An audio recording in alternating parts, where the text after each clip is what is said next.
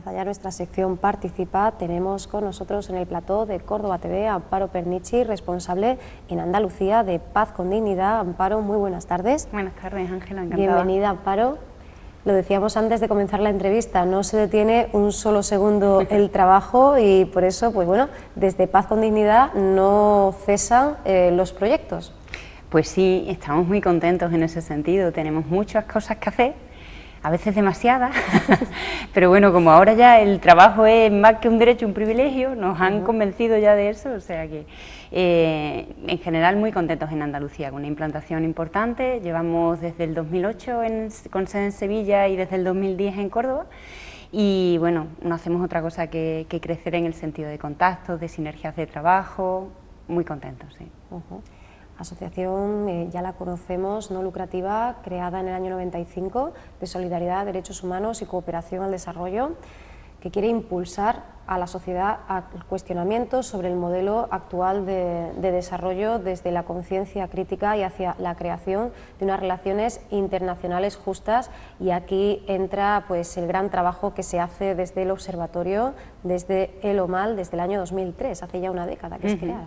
Sí, el observatorio lo que hace es hacerle seguimiento a la actividad que hacen las empresas multinacionales, especialmente en América Latina, porque es donde más implantación tienen las empresas españolas especialmente, y lo utilizamos como, hacemos sistematización de todos esos impactos sobre los derechos humanos, y lo utilizamos como herramienta de denuncia, ¿no? Por muchas cosas que ya hemos hablado aquí algunas veces, pero muy especialmente porque entendemos que en general el modelo de desarrollo está centrado en lo económico y no en las personas, y ese es como el mal mayor, ¿no?, de todo este modelo, y que en realidad pues jamás se puede poner por delante lo que significa la economía por delante de los derechos humanos de las personas, aunque realmente esos derechos humanos sean, es como que por muy bien contemplados que estén en la Carta del 48, por muy bien contemplados que los reflejen las constituciones democráticas, como por ejemplo la nuestra,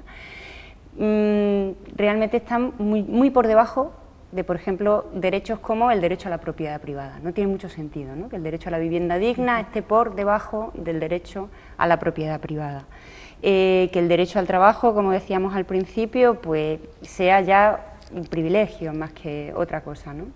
Y que toda esta rebaja en las políticas públicas sean constantes y sistemáticas, y vayan todas enfocadas a maximizar el beneficio, ¿no? Ahora ya lo siguiente van a ser las pensiones, parece ser, que eran como intocables, y son como un montón de cosas que hace 5 o 6 años ni siquiera nos hubiéramos planteado, ¿no? Y ahora ya nos parecen casi normales a fuerza de que nos las repiten un día tras otro, ¿no? Eso pasa aquí, eso pasa en América Latina, y eso pasa a nivel global en todo el mundo, ¿no? Precisamente por eso nosotros creemos que hay que generar ciudadanía global, porque si los problemas son globales, las soluciones también deberían de serlo, ¿no? Y eso hace que trabajemos en redes internacionales, muy especialmente con el observatorio, que creemos sinergias de trabajo en ese sentido, y que entendamos que en la unión está la fuerza. Marea ciudadana que además no deja de crecer, efectivamente esa unión se está dando, la movilización popular cada vez es mayor, y sin embargo el discurso dominante, lo que nos sigue llegando a los ciudadanos de a pie es que, bueno, hacen falta unas modificaciones u otras, pero sigue dando miedo, Amparo, eso de dar el paso adelante al frente y decir hay que cambiar el modelo de raíz, hay que derribarlo, que es lo que propone en realidad toda la cooperación internacional al desarrollo. A nosotros nos parece que es muy necesario, que el modelo no funciona, y está visto que no funciona, quiero decir, está más que comprobado que no lo hace. No lo hace para la mayoría de las personas, sí que funciona estupendamente para una élite oligárquica, que es la que, cada vez más reducida, por otro lado, tiene todos los privilegios y todo ese poder económico, ¿no? Pero creemos que somos muchos y muchas, y que además sí que se están planteando ya alternativas, ¿no? Parece que la cuestión del discurso dominante es, bueno, sí, vale, esto no funciona, ¿no? En el mejor de los casos es lo que te dicen, vale, esto no funciona, dime ¿Cuál es la alternativa? La alternativa se está construyendo y no podemos hacerla en 2 días, ¿no? Fue muy ilusionante el movimiento 15M, por ejemplo, ¿no? Toda esa capacidad de transformación que tiene estos desahucios, por ejemplo. Esa capacidad ciudadana está en marcha y está generando propuestas. ¿Que no son de un día para otro? Pues no lo son, pero es cierto que hay cosas que ya están en la calle, ¿no? La redistribución de la riqueza, pues entendemos que, por ejemplo, no puede ser de otra manera que con una mejor distribución en los impuestos fiscales, por ejemplo, ¿no? No puede ser que los que tienen mucho paguen poco y que se reparta, digamos, todo ese coste de la crisis entre la gente pues de clase media-baja, ¿no? No puede ser. Entendemos que hay otros criterios y entendemos que hay otras propuestas. Claro que cuesta trabajo, entre otras cosas porque está todo como muy mezclado, ¿no? No sé, también se protesta mucho sobre la clase política, aunque hagan un sobreesfuerzo. Quiero decir, hay muchos políticos que lo hacen y muchas políticas que lo hacen estupendamente y que son tremendamente honestos, ¿no? Lo que sale a la palestra es toda la porquería del subfondo, esa es la realidad. Pero es verdad que eso existe y deberían de empezar a poner medidas para que no siguieran, para que nadie tuviera esa tentación, ¿no? Muchas veces nos dicen en la universidad y en los institutos, ¿no? Cuando intervenimos con el alumnado, bueno, es que esto como que no tiene remedio, ¿no? O que es condición humana, ¿no? Esa condición miserable, pues, de hacerse con los fondos públicos, por decir algo, ¿no? Hilando con lo que estábamos comentando antes.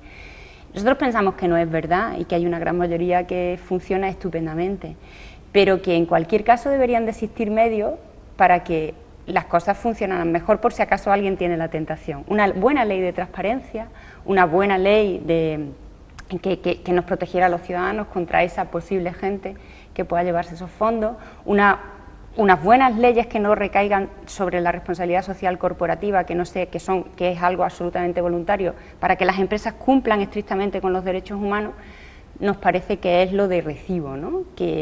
Y esas cosas son voluntad política finalmente. Entonces entendemos que se puede transformar, claro que se puede. Hablando de la clase política, uno de los 2 proyectos de los cuales vamos a hablar hoy cuenta con el respaldo, con el apoyo de la Delegación de Juventud y Cooperación del Ayuntamiento de Córdoba. Y yo, al hilo y si quieres ahora, Amparo, hablamos ya más largo y tendido del proyecto, vemos pues esa mano que se tiende desde el área competente del consistorio y el gobierno municipal. Se aprecia una diferencia muy grande entre la implicación, digamos, a nivel local, incluso a nivel autonómico, y ya la esfera estatal, que parece que está quizá más cercana, más ligada a ese poder, a los engranajes de ese modelo neoliberal. En el caso de Andalucía, sí, rotundamente sí. Y en el caso de Córdoba también, rotundamente sí. Sabéis que la cooperación es, por un lado, estatal, ¿no? Con la Agencia Estatal de Cooperación al Desarrollo, la ECI. Sí. En esos fondos que se dedicaban a esa agencia ha habido un recorte en los últimos años que llega al 54%. Con una serie, por ejemplo, la educación para el desarrollo tiene ya unos mínimos recursos, minimísimos. La mayor parte de las organizaciones ni siquiera accedemos a esa convocatoria porque nos parece que es irrisorio totalmente, cuando antes era muy potente y hace solo 4 años que era muy potente. Y sin embargo, es verdad que tanto la Junta de Andalucía como el Ayuntamiento de Córdoba siguen en esa apuesta. Ha habido recortes, y este año en el Ayuntamiento de Córdoba ha habido unos recortes en la convocatoria abierta que se va a publicar en breve del 50%, o sea, en la convocatoria, no en toda la bolsa de cooperación, porque también hay cooperación directa y hay convenios, pero, en fin, esos recortes existen, pero Córdoba sigue siendo un referente municipal. En la mayor parte de los municipios de este país ya no existe la cooperación internacional y la Junta de Andalucía tiene una apuesta que sigue siendo muy importante. Hay un recorte que está por encima de otras políticas públicas, como por ejemplo la educación y la sanidad, que en este presupuesto del 2013 han tenido un recorte del 4%, la cooperación está en un 11%, o sea que efectivamente se está castigando, ¿no? Pero es verdad que, por ejemplo, comparada con la cooperación descentralizada, que ya no hace bajo ningún concepto la Generalitat Valenciana, por ejemplo, o en Castilla-La Mancha, que era también un referente a nivel nacional, y con los recortes que se ha producido en Euskadi, que también es un referente a nivel nacional, pues yo creo que de momento estamos bien. Es cierto que hay un problema serio, especialmente en la Junta de Andalucía, ¿no? Y es que sigue habiendo una parte de impagados que seguimos reclamando. Parece que se está solucionando, ¿no? En el Ayuntamiento de Córdoba, de momento, no hay deudas pendientes. Sí que tenemos que cobrar todavía los proyectos del 2012, algunos de ellos ya en ejecución, pero, en fin, mal que bien, vamos solucionando y parece que la apuesta política se sigue manteniendo. Vamos a ver cuánto nos dura, espero que es mucho y que se recupere. Sin embargo, sigue estando ahí ese muro infranqueable, ¿no? Esa cooperación ya a nivel estatal, sí. Que desde todas las organizaciones no gubernamentales pues estáis viendo como el gran escollo, el gran obstáculo en el camino. Podemos, digamos, aspirar a traspasar, a abrir un hueco, una puerta, que la conciencia llegue hasta ahí, o hay que tomar otros caminos, bien mediante la propia presión popular o bien mediante este trabajo en red horizontal que proponéis vosotros. Nosotros creemos que el trabajo en red es fundamental y de hecho nos articulamos, por ejemplo, a nivel nacional con la coordinadora estatal, ¿no? Con la coordinadora estatal por un lado, con la coordinadora andaluza por otro, con Córdoba Solidaria por otro, y Paz Contenida allí donde va, pues forma parte, digamos, de esa red para generar un trabajo más fuerte. Es verdad que nos da mucho susto lo de la agencia estatal, porque es muy fácil recortar y muy difícil recuperar. Estamos en ratio. Si recordamos en los años 90 con toda aquella, con la plataforma del 07, con ese reclamo histórico, que parece que en el 2006 empezó a vislumbrarse como algo posible y en el 2009 empezaron a darse hachazos y a partir de ahí ya no ha habido recuperación posible. Llegamos a un ratio de la renta nacional bruta con respecto de la ayuda oficial al desarrollo con respecto a la renta nacional bruta, llegamos a ratios en el 2008 del 0,46%. En estos poquitos años hemos vuelto a 1981, al 0,12%. O sea, todo ese trabajo, no es que hayamos vuelto a los años 90, es que estamos mucho más atrás. Eso es muy difícil de recuperar. Evidentemente no se va a dejar de insistir, como tampoco se está dejando de insistir por parte de Córdoba Solidaria con el Ayuntamiento de Córdoba para que recupere ese 0,7% del presupuesto consolidado. Es decir, eso es algo que forma parte además de nuestro carácter y debe de ser un reclamo y una denuncia permanente. Pero, insisto, es dificilísimo recuperar tantísimo trabajo anterior y recortar es muy fácil, recuperar es muy complejo. Y aún así pues seguimos trabajando y como decimos hoy a falta de uno vamos a hablar de dos proyectos, uno de ellos financiado por la Agencia Andaluza de Cooperación Internacional para el Desarrollo. A principios de año arrancaba este proyecto Derechos Humanos y Solidaridad, construyendo redes con la comunidad educativa, las instituciones locales y los colectivos sociales de municipios andaluces. El plazo, digamos, el término del proyecto sería pues el último día de este año, ¿verdad? El 31 de diciembre de 2013. ¿Qué valoración hacemos hasta ahora y en qué fase evolutiva nos encontramos? Pues ese proyecto tiene dos patas muy importantes, casi que tres, pero bueno, dos pilares fundamentales.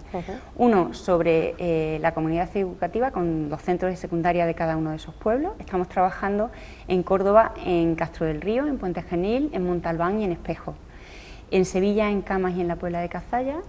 En Málaga, en Benalmádena y en Cádiz, en Benalús, Casas Viejas. Entonces, cada uno de esos municipios tiene una serie de centros educativos y trabajamos en algunos de ellos. En algunos porque para todo no da el proyecto, no porque no queramos trabajar con algunos de esos, ¿no? Y lo que hacemos es dar una formación en el segundo ciclo de la ESO en Derechos Humanos, que termina, son cuatro sesiones, cada una de ellas de 1 hora. La primera, como digo, es de formación, las dos primeras es un bloque de formación y la segunda lo que hacemos es que centramos todo lo que hemos hablado en la formación en un guión que se traduce en un vídeo que los chavales y chavalas graban. Llevamos un equipo de profesionales y eso luego lo presentamos públicamente. Estamos justo ahora, acabamos de terminar de grabar todos los vídeos, porque también es cierto que, como bien has dicho, el proyecto empieza el 1 de enero y se termina el 31 de diciembre. Eso quiere decir que está a caballo entre 2 cursos lectivos y eso dificulta tremendamente poner la puesta en marcha con los centros educativos, ¿no? Hemos tenido que pegar un acelerón en esa parte y en estos 6 meses centrar los 100 talleres, que son 100 talleres, uno detrás de otro, los que hemos tenido que dar en casi un tiempo récord, ¿no? Muy bien, los resultados son estupendos y ya digo, estamos terminando de montar y empezando a presentar.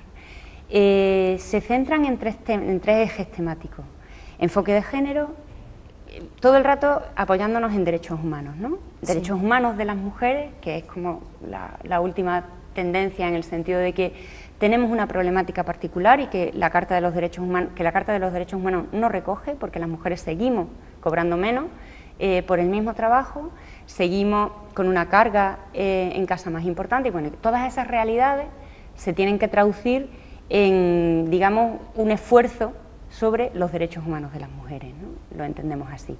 Por otro lado, con respecto a todo lo que impacta sobre el medio ambiente, especialmente enfocado en la globalización, es decir, dónde compras, cómo impacta lo que compras, qué comes, cómo comes, dónde compras lo que comes, ¿no? Y por otro lado, el tema de la integración de la interculturalidad.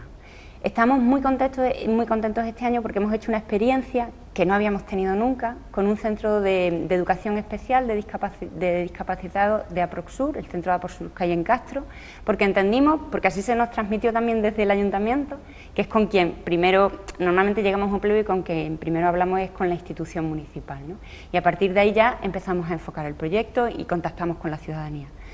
Entonces, en ese sentido, se nos transmitió un poco decir, vale, trabajáis en el instituto, pero tenemos otro centro y como que nos dio un poco de susto al principio, ¿no? Nunca lo habíamos hecho. Bueno, el resultado es magnífico.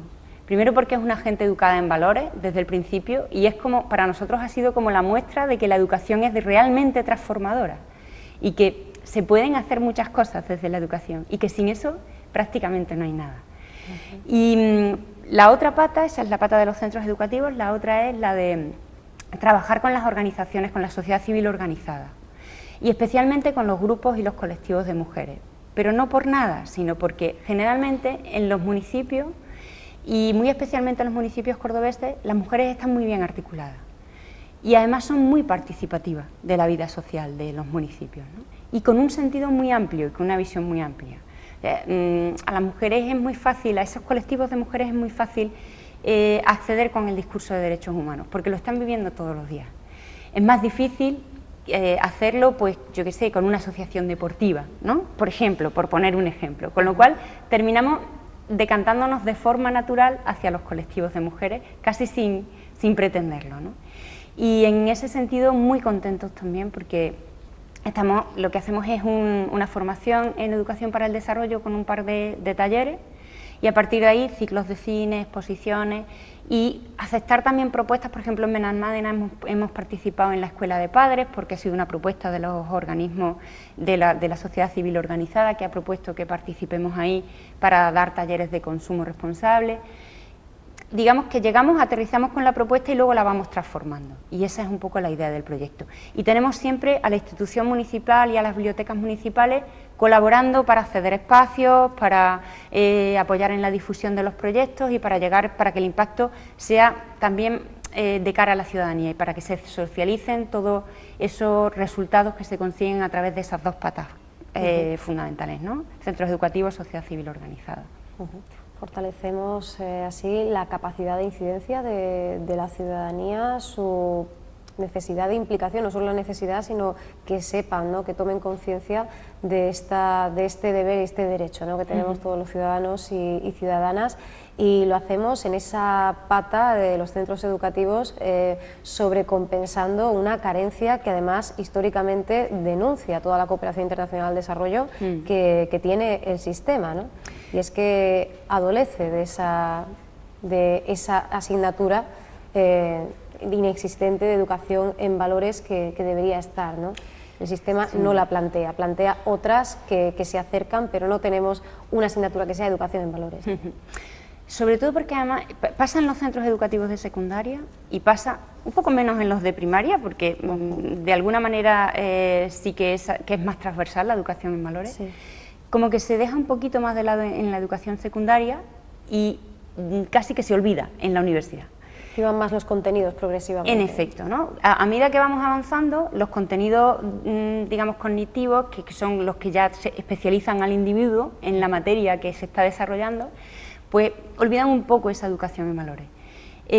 A nosotros nos parece además que ni siquiera en una asignatura, sino transversal. Quiero decir, hago un discurso tremendamente político cuando yo estoy hablando de historia y hago un discurso político cuando estoy hablando de economía. Y no nos damos cuenta de que estamos haciendo política. Pero si uno se lee detenidamente los libros de texto, pues de alguna manera sí que depende de cómo se enfoque esa historia y depende de cómo se enfoque esa visión de la economía o de la geografía, se está haciendo política, y se está haciendo política la mayor parte de las veces con el discurso dominante, esa es la realidad. Entonces entendemos que cuando menos debería de haber un espacio para esa conciencia crítica, para que ese alumnado fuera capaz de generar su propio criterio. Y que de alguna manera fuéramos capaces de incidir, y en eso tenemos muchísima experiencia, las organizaciones no gubernamentales y especialmente las que trabajamos en cooperación para el desarrollo, porque lo que seguro se olvida es la visión del sur. No existe la visión del sur en la educación, digamos, en general, ¿no? Es cierto que hay ciertos profesores que se ocupan de eso, pero son casos aislados totalmente.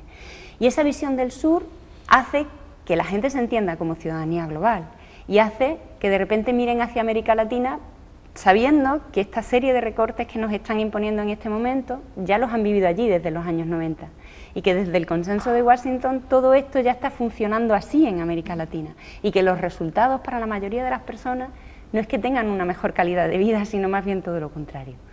Entonces esa mirada hacia el sur y hacia la interculturalidad y hacia la capacidad que tienen otras culturas para aportarnos cosas, creo que tenemos en ese campo digamos un buen campo de acción las organizaciones no gubernamentales.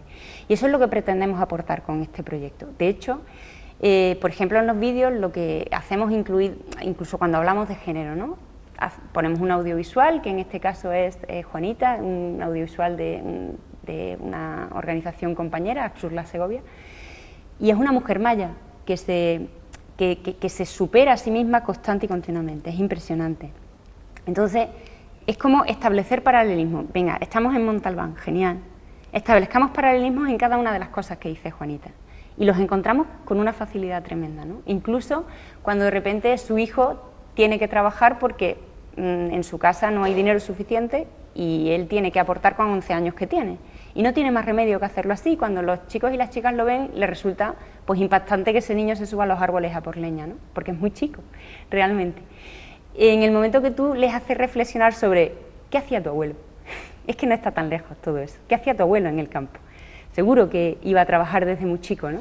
Entonces, como que se acercan los espacios y se ve que las cosas son mucho más globales y la visión como que se amplía y entendemos que tenemos muchas cosas que aprender de los otros, ¿no? A nosotros nos parece que eso es lo importante. Y esa pata en la universidad pasa igual. Con el otro proyecto que está financiado por el Ayuntamiento que estamos trabajando en la universidad, de lo que se trata es de fomentar ese debate y de traer la visión del sur. En estos tiempos que además es mucho más difícil, porque el discurso que se plantea es primero los de aquí, antes la gente que lo está pasando mal aquí, pero si no somos ni los de aquí ni los de allí, somos todos, ¿no? Y formamos parte todos del mismo paquete y la solidaridad nunca ha sido y no puede ser lo que nos sobra en tiempos de bonanza. La solidaridad es otra cosa, la solidaridad es compartir lo que tenemos y entender y aprender de todos, ¿no? No es la caridad, ¿no? No es la caridad bajo ningún concepto, es la caridad. Por eso, por ese motivo entendemos que ahora se intensifica, se incrementa, se hace más intenso, si cabe, vuestro trabajo precisamente por eso, ¿no? Se tienden puentes, se tienden esos lazos en un momento en el que quizá la información que recibimos nos lleva a actuar instantáneamente, subiendo, elevando esos puentes levadizos y fortificando, ¿no? Creando una frontera que nos separe del resto. Nos falta esa perspectiva. Hemos crecido lo suficiente en las últimas décadas, por lo menos no digo ya en general en España, sino en Andalucía, en Córdoba. Pues yo sigo pensando que somos una sociedad solidaria y además yo creo que lo constatamos todos los días, ¿no?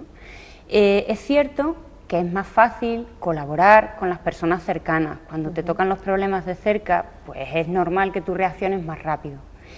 Pero yo creo que precisamente por eso es también muy fácil que la gente abra un poquito más la visión y, digamos, trabaje sobre las causas y no sobre las consecuencias, ¿no?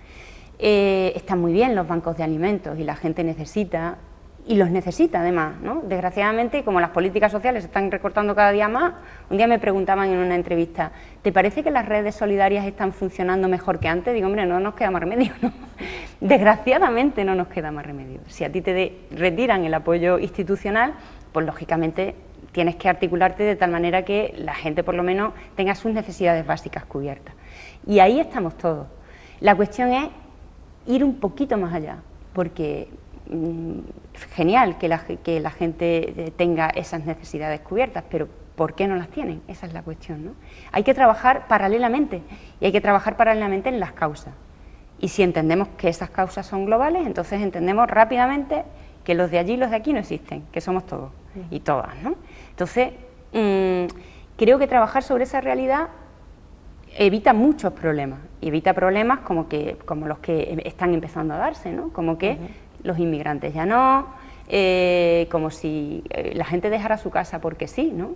Nadie deja su casa porque quiera irse a vivir en un mundo más estupendo. La gente deja su casa por necesidad, y la gente deja su familia al otro lado del mundo por necesidad. No se puede, yo no lo puedo entender de otra manera, ni creo que nadie con 2 dedos de frente lo haga. Entonces, entendiendo eso desde ese punto de vista, ya no son los inmigrantes, es que sencillamente tenemos que articular un sistema que proteja a las mayorías, y ahí dejaremos de pensar si allí o aquí, o los de aquí o los de allí, ¿no? No se trata de eso.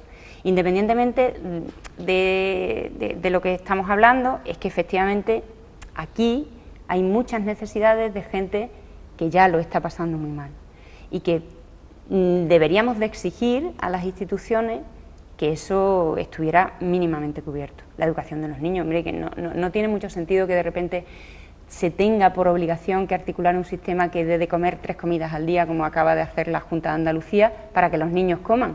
Pero ¿en qué país vivimos si ya estamos en esos términos, ¿no? Y si esta es la deriva que llevamos, pues mal vamos.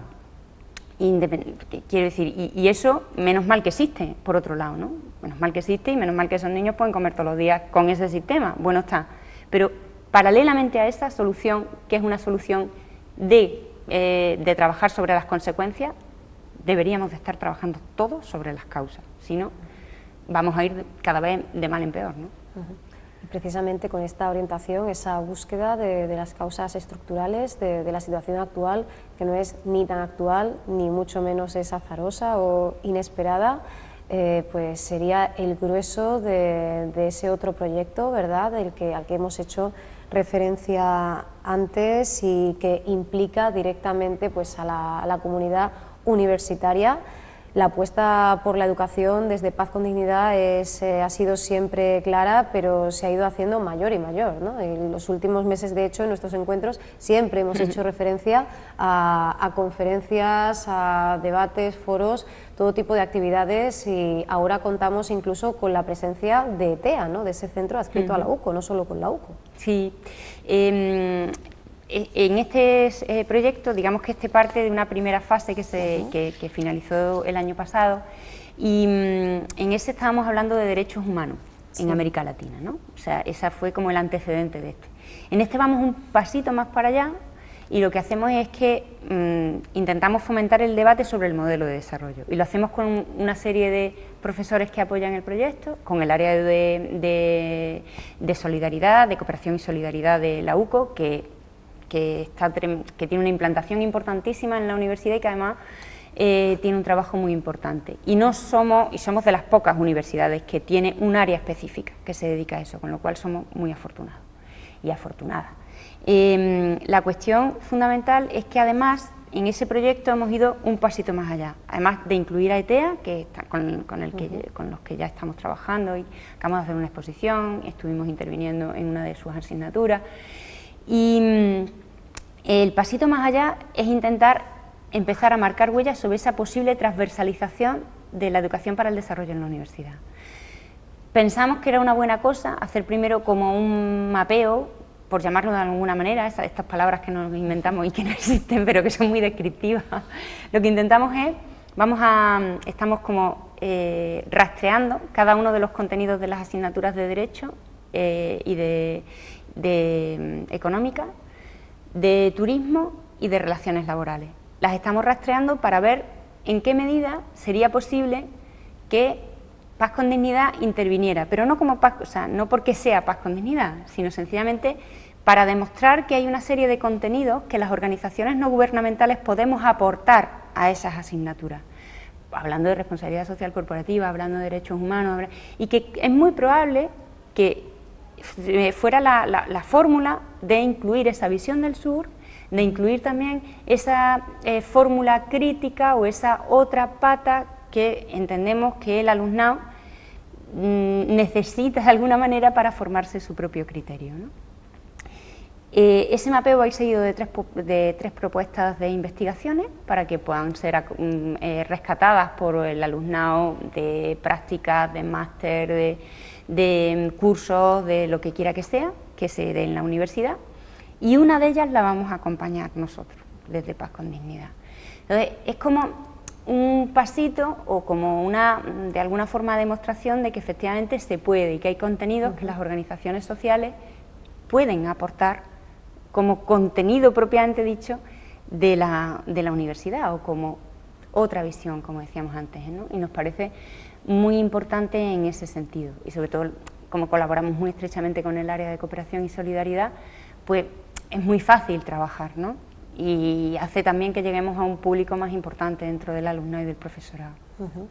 Va tomando forma esa transversalización, que no lo decía yo bien, de esa educación para el desarrollo en la Universidad de Córdoba. Este proyecto también tiene como fecha de cierre el 31 de diciembre, entonces estaríamos más o menos a mitad de camino. ¿Cuáles son las citas importantes que tenemos próximamente con el proyecto, con el trabajo y en qué medida podemos implicarnos los ciudadanos que no pertenezcamos a la comunidad universitaria? Pues tanto en un proyecto como en otro, nosotros intentamos abrir a la ciudadanía siempre en los espacios a los que vamos, charlas, en cada uno de esos espacios que abrimos con los proyectos, y hacer una red de trabajo en la que la gente pueda entrar y salir cuando le parezca bien, pero que esté constantemente informada, ¿no? Entonces, esa red de trabajo tiene una implicación que puede ir desde que recibas información, punto, a que recibas la agenda que tiene Paz con Dignidad todas las semanas para que puedas implicarte en la medida que quieras, o a tener un compromiso más allá y a implicarte de manera bastante más efectiva, ¿no? En el sentido de, pues, organizar una actividad, hacer propuestas de mejora con respecto al proyecto, transformar el proyecto a medida que se va ejecutando, que es la mejor fórmula de hacer educación para el desarrollo porque es la mejor manera de adecuarlo a la población objetivo, y que esa gente también colabora en la organización de todas esas actividades propuestas, que ya digo, se pueden transformar. Pues de ahí además fue espectacular este año, porque como era como una segunda parte de alguna manera, que venía de los contactos del año anterior, del proyecto anterior, fue dar el pistoletazo de salida y ya tenemos sobrecumplimiento del proyecto. Hemos trabajado mucho durante estos meses, pero en alguna de las partes ya hay sobrecumplimiento, es decir, hemos dado muchísimas más charlas de las que proponía el proyecto, hemos ya hecho más exposiciones de las que decía el proyecto, y ahora estamos un poco con la historia de estudiar esa transversalización.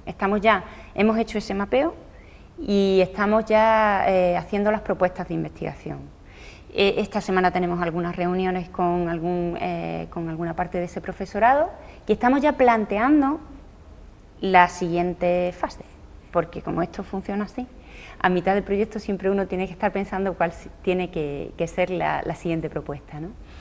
Y estamos trabajando en ello. El otro día ya libramos un correo a la red del proyecto para que hicieran sus propuestas desde esa idea y desde su ámbito de trabajo de lo que puede ser esa transversalización de la educación para el desarrollo en cada una de las áreas, ¿no? Tenemos, pues, trabajamos con la Facultad de Ciencias de la Educación, con Filosofía y Letras, con Derecho, y cómo se les ocurre a esas personas que desde su ámbito de trabajo se puede establecer una sinergia que ya no sea solo yo soy un profesor sensibilizado o una profesora sensibilizada y entro dentro del proyecto y me implico en el proyecto y formo parte de esa red de trabajo, sino para que ese pozo, para que eso se asiente, de manera que luego sea como una huella que puedan seguir otras organizaciones y que no sean cuestiones puntuales con cierta gente puntual, sino que sea una forma de funcionar, ¿no? Esa es un poco nuestra idea. Y las citas ahora es que se paraliza un poco, porque claro, llega el verano. Entonces estamos ahora en el periodo de un poco del trabajo interno. Ahora estos 3 meses que quedan por delante es el trabajo interno para volver otra vez a salir a trabajar en los meses siguientes, porque tenemos que un poco seguir el ritmo del curso lectivo de la universidad, ¿no? Entonces ahora estamos en la fase de las clases se han acabado, ya no hay alumnado en la universidad, están haciendo exámenes, ya es tontería que propongamos cosas de cara, digamos, a ese alumnado, pero estamos trabajando con el profesorado, ¿no? De cara al próximo proyecto y de cara a preparar los 3 meses que nos quedan por delante.